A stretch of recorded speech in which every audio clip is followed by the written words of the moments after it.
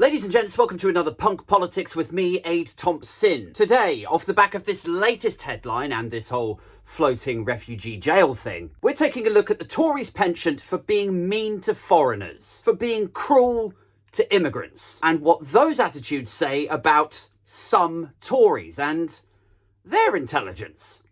Boom! Now, Tories have a well-documented distaste for foreigners, we know this. From the Mail's hooray for the black shirts, to Enoch Powell, to Windrush, to their rampant Islamophobia, to their weird hatred for pretty much any woman of colour, it's there for all to see. But it's always an ignorance that's decorated with acceptability, isn't it? With patriotism or national pride, right? You know, it's like, I'm fed up with people saying that I'm racist just because the only people I ever ripped to pieces on Twitter happen to be black. Even though I stick broadly within the parameters of political discussion. And yes, it is interesting that they only ever happen to be black figures that I attack. I still like to brush all of that aside and just get performatively outraged if someone dares to suggest that I might be racist. It's that kind of vibe, right? It's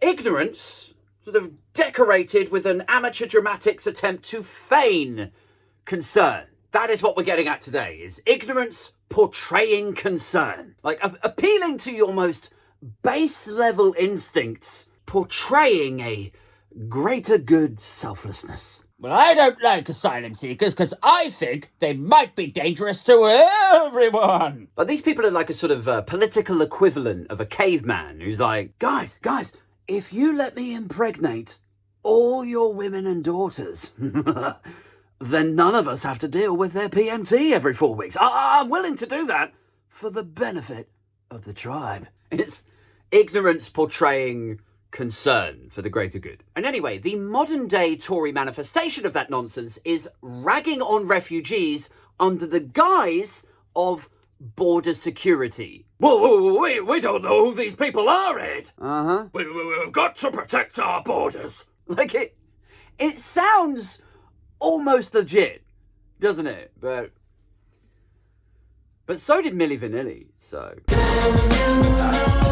But no, it remains ignorance, and it remains a breed of it that only ever seems to be about a jug of Pimm's or a can of Stella away from transparent race hate, regardless. No, hang on. I'm not having this. It's not racist to worry about who's coming into our country. Do you worry about who's coming into the pub? That's different. Well, what about Greece? What about when you go there? Do they have a right to check who's coming into their country? Yeah? Oh, come on. How come you don't think they have a right to make you wait in line for an hour while they check your details and see who you really are? That's a completely different country. I know! That's the point! Look, this is Britain, all right? I love me country. I don't want terrorists. I don't want scroungers. So I'm sorry, no, but it's not racist to care about who's coming into me country. Yeah, and yet, what was your take on that woman in the pub the other night who was a bit picky about who was coming into her vagina? Ageist. That were ageist. I mean, look, everything still works. Right. Yeah. Anyway, people like this imaginary moron are almost always Tory, aren't they? And they almost always have very particular opinions, bizarrely, about how to run a public service. Like, the asylum system is a public service, right? It's publicly funded. But why do you care so much about asylum efficiency rather than the water company, which is actually going to affect you? Because I don't get me drinking water from the water company. Well, where do you get your drinking water from then? Well, I'm a patriot, so I get me drinking water directly from Portsmouth Harbour. Oh. Not wrong with it. It'll put hairs on your chest. And E. coli in your gut, probably. Anyway, doesn't it seem like a weird thing for Tories who are so anti-public service? It's a weird thing for them to get so het up about, efficiency-wise, isn't it? Like, if it's not xenophobia, if it's just about what the best way is to handle asylum seekers, like if it isn't fueled by racism, if it's just by concern, we don't even know who these people are. I'm just worried about national security. Then did you know, like, demographics-wise, like if we're talking immigrants, asylum seekers, fake applications, Muslims, oh my God, they might hurt me, then did you know you are more likely to be killed by a legion of bees than die in a terrorist incident? You just are. So where's your public disdain for the bee community? Fuck bees. We don't need them anyway. Oh yeah, I forgot about that. How gutting must it be to know that your whole hobby, your whole driving force, your whole concern, we don't even know who these people are, it's just about protecting people, comes in behind a fucking bee sting. Oh, mother! Oh, God, that does hurt. That is really...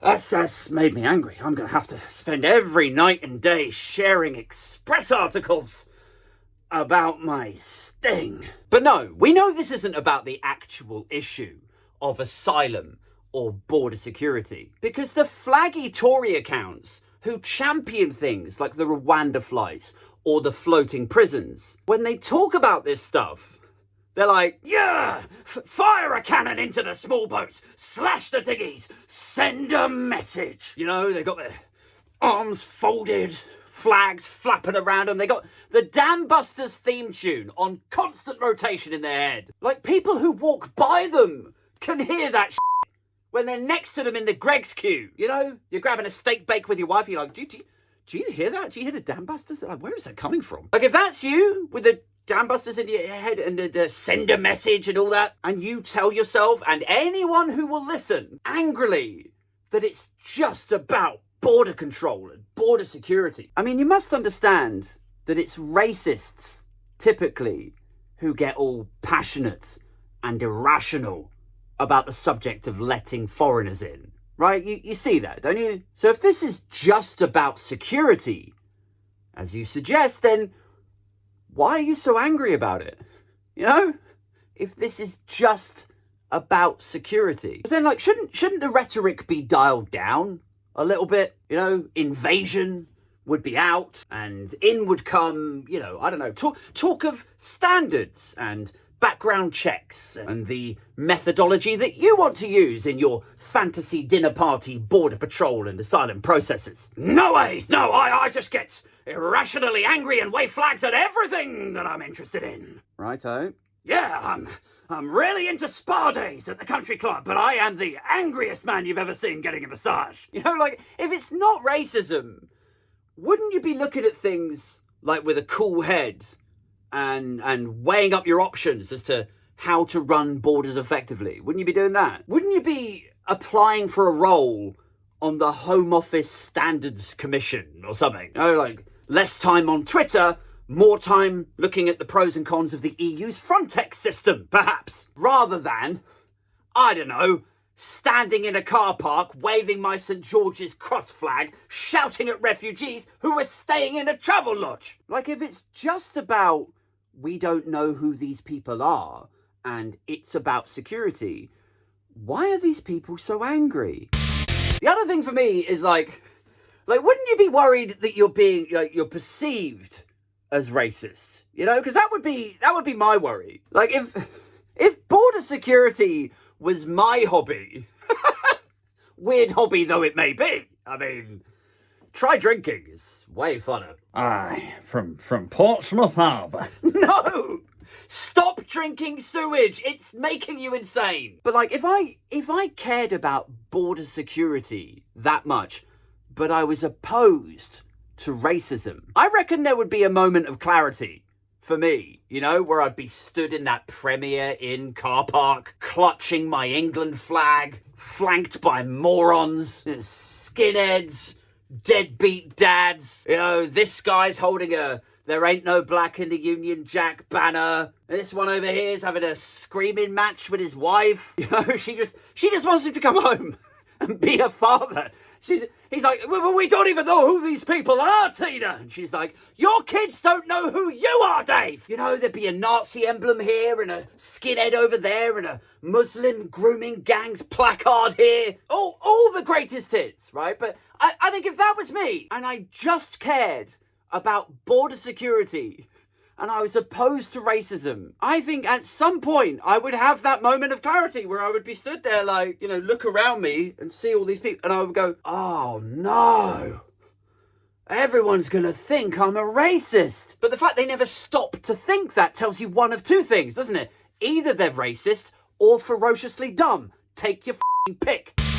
Of course, the Conservative party-specific thing for racism is a tad more cynical. They celebrate the Rwanda policy because although it's been shown to be economically ridiculous, completely impractical, and actually illegal, it plays well to a certain demographic. The Tories know it's not a sane or efficient way of processing asylum claims. It's not supposed to be. It's supposed to maybe-ish kind of solve the problem of the asylum backlog by packing up and funneling society's most desperate into largely unsuitable places. But the asylum backlog is a problem that was created by successive Conservative governments who were warned of the racially sensitive problems they were creating, but who didn't give a king's cross about it. And so, shock, horror, they continued to neglect a public service. And, of course, it's supposed to fire up their base. God help us. Because there is, regrettably, a base of people who will spend their lives telling you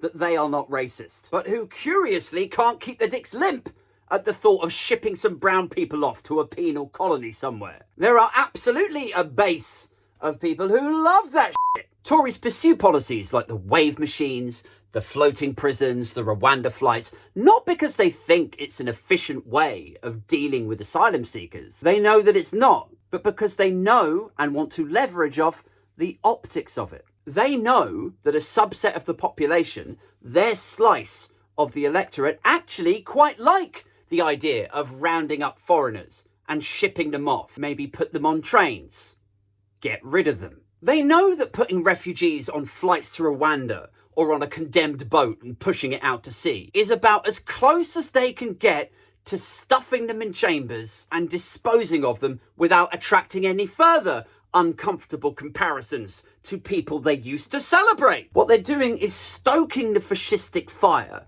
abandoning all standards and common decency, while staying just inside the parameters of what could reasonably-ish legally be deemed politically acceptable. They're like somebody breaking the speed limit but staying just beneath the point where the speed cameras would actually catch them. And they do that safe in the knowledge that a subset of Mail and Express readers will cheer them on mightily. Anyway, what do you guys think? Do you think this floating prison thing is supposed to work? Do you think it actually solves a problem that they couldn't have solved by housing these people in a facility on the mainland? Or do you think it really is all about optics and pandering to Britain first and Fleet Street's worst? Let me know in the comments below. But right now, actually, I've got to go. My gas bills just exploded and my mortgage payments have just doubled. So I'm gonna go and kill some bees about it. Stupid bees. They don't speak a word of English. Yeah, but bees are stupid.